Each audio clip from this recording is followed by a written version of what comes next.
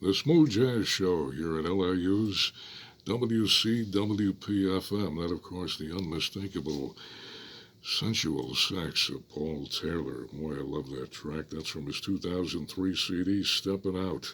Paul Taylor, The Enchanted Garden. Ahead of that, Paul Hardcastle, new music from the British keyboard player.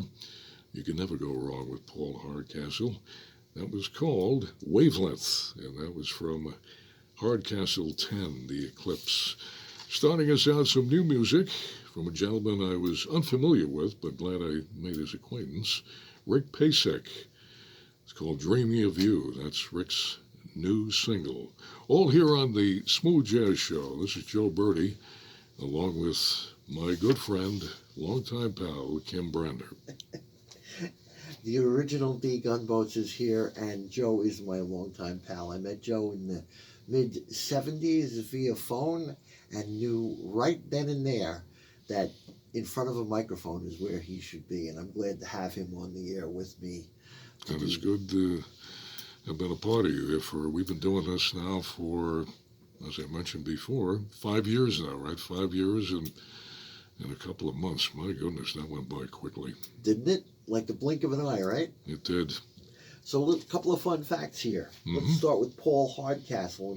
He first was with a band called Direct Drive in 1982, and their first hit single was called Don't Depend on Me. Not bad stuff. Paul Taylor has worked with Keiko Matsui and the Rippingtons and collaborated with LaToya Jackson, Regina Bell, Maxie Priest, and Peebo Bryson. And Rick Pasek was influenced by seeing the Beatles on Ed Sullivan and many other rock bands.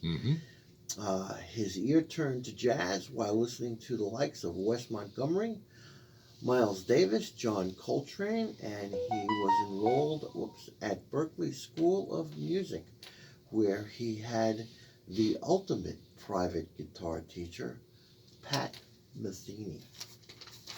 Not too shabby a lineup there. Not too shabby at all. We are going to, you know what?